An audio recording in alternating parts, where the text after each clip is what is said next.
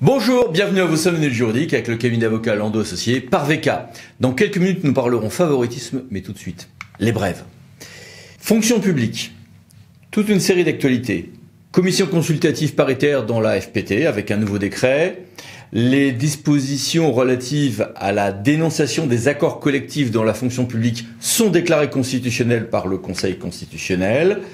Un rapport de la DGAFP très intéressant sur la lutte contre les discriminations dans les fonctions publiques, une mise à jour de la foire aux questions de la DGAFP sur les questions de passe sanitaire et d'obligations vaccinales.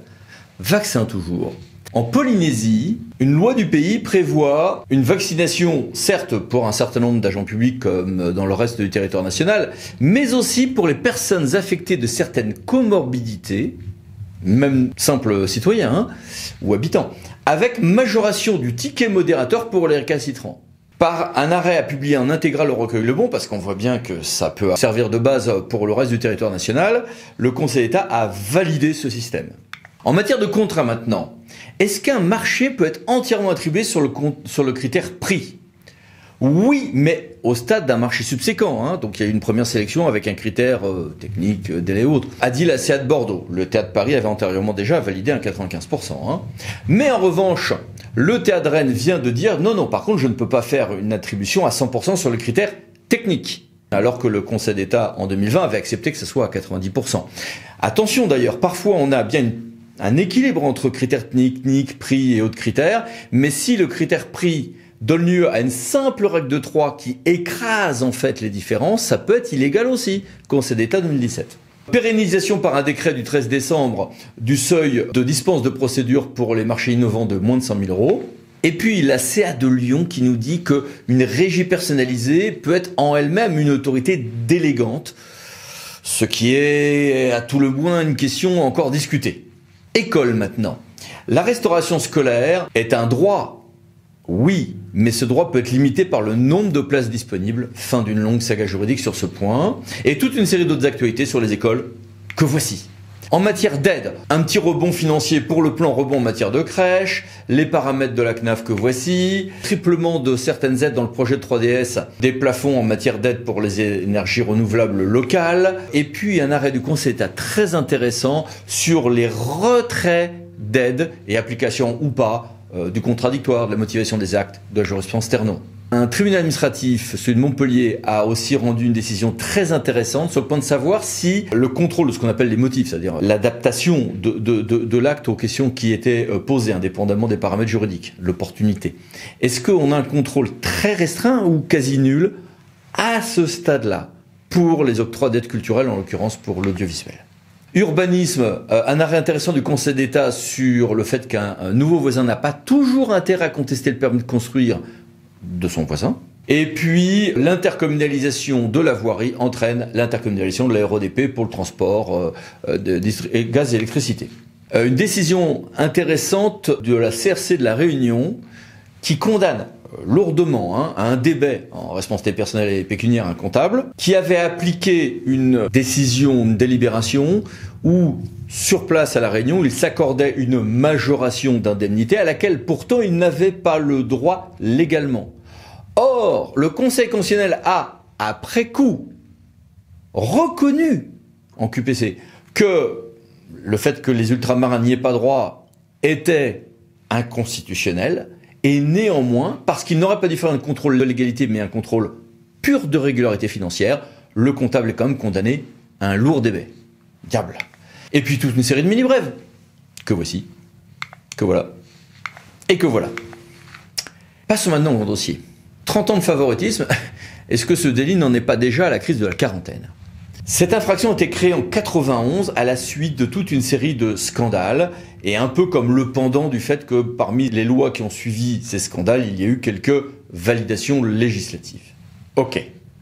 Cette infraction de favoritisme est en réalité devenue redoutable. Déjà parce que y a un faux ami. Le texte ne nous parle pas d'ailleurs de favoritisme et beaucoup de gens croient personne n'a été favorisé. Oui, mais l'infraction est constituée même si personne n'a été favorisé. Autre idée reçue, erronée. Cette infraction s'applique même aux procédures non formalisées, même si on viole des règles auxquelles on décide de s'assujettir alors qu'en droit on n'y était pas obligé, entre autres Petit piège. Du coup, pas besoin que quelqu'un soit favorisé, ça s'applique à tous les marchés, donc cette infraction sera constituée lorsque l'on aura violé délibérément une règle de concurrence et de publicité, et ce avec un champ très large. On est passé des marchés publics au DSP en 95, mais ça s'applique bien à toute une série d'autres contrats aujourd'hui, y compris d'ailleurs pour les entreprises publiques locales, contrairement à ce qu'on croit. Bien. Oui, mais enfin, faut-il prouver qu'on l'a fait exprès? Eh bien, c'est là qu'on a un problème. C'est qu'on a un renversement de la charge de la preuve sur cette question d'intentionnalité. Si quelqu'un a un petit peu de bouteille, un petit peu d'expérience, on va supposer que la bêtise, il l'a faite exprès. Inversement, il arrivait que des agents prouvent qu'ils étaient particulièrement surcharge, qu'ils étaient d'habitude en binôme, mais que leur binôme n'avait pas été remplacé depuis plusieurs mois. Ah, alors, le juge va pouvoir estimer qu'il n'y a peut-être pas matière à cette présomption d'intentionnalité.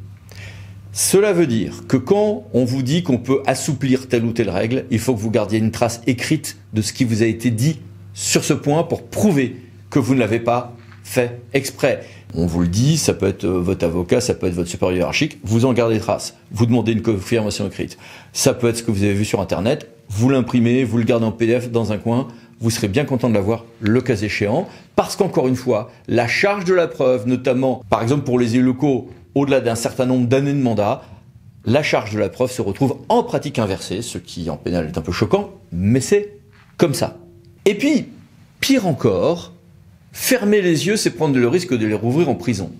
En effet, un certain nombre de personnes ont pu être condamnées pour avoir en réalité fermé les yeux ou insuffisamment contrôlé ce qui était fait en leur nom par délégation. Un maire au titre d'erreur de ses adjoints, un chef de service au titre d'erreur commise par ses services. En réalité, il n'y a de condamnation que dans des cas de graves lacunes dans le contrôle, mais ça reste tout de même fort sévère au regard du fait que, encore une fois, la loi pénale normalement s'interprète restrictivement. Vous le voyez, on n'est pas sur un petit sujet. Les règles de prudence consistent à évidemment respecter tout le droit de la commande publique avec rigueur, et quand on a des souplesses, avoir des preuves de ce que ces souplesses, on ne les a pas sorties de sa propre imagination ou de sa propre flemmardise, mais bien de telle ou telle source. Mais néanmoins, on a un certain nombre de difficultés. Il y a en réalité assez peu de condamnations dans ce domaine, mais il y a beaucoup d'enquêtes préliminaires, voire de mise en examen. Sur tout ceci, posons quelques questions à Monsieur Brunet, que je remercie d'être avec nous. Bonjour. Bonjour. Quelle est l'ampleur statistique du phénomène? En moyenne, si vous voulez retenir un chiffre, vous avez chaque jour un élu qui est poursuivi pénalement. Mais toute infraction confondue. Si l'on se focalise sur les manquements de devoir de probité, les manquements de devoir de probité, ça représente en moyenne 40% des poursuites contre les élus locaux. C'est le premier motif de poursuite des élus locaux, c'est aussi le premier motif de condamnation des élus locaux. Sur la mandature 2014-2020, nous avons recensé un peu moins de 700 élus qui ont été poursuivis pour manquement au devoir de probité. Ce que le code pénal définit comme étant les manquements au devoir de probité, donc dedans vous allez retrouver des infractions assez diverses, la concussion, le détournement de fonds publics, la corruption, le trafic d'influence, la prise illégale d'intérêt et le délit de favoritisme.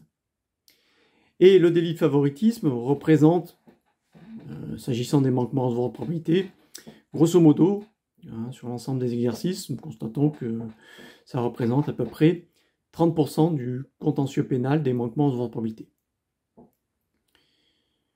Depuis que nos chiffres existent, nous avons recensé quasiment 600 élus locaux qui ont été poursuivis, 599 pour être précis, qui ont été poursuivis pour favoritisme depuis 1995. En moyenne, vous avez à peu près entre 20 et 25 élus qui, chaque année, sont poursuivis pour ce délit de favoritisme. Pour autant, qui dit poursuite ne dit pas condamnation. S'agissant du délit de favoritisme, et c'est le même taux que nous constatons pour l'ensemble des infractions finalement, c'est à peu près 40% des élus qui sont poursuivis sont au final condamnés. Ça veut dire que 6 élus sur 10 qui sont poursuivis bénéficient au final d'une décision qui leur est favorable. D'où le nécessaire respect du principe de la présomption d'innocence. Eh bien, merci. Au revoir. Merci, bonne journée à tous. Au revoir. Et au revoir à vous. À bientôt pour une nouvelle vidéo, les 5 minutes juridiques parlant d'associés pour VK. Pensez à vous abonner. Merci, au revoir.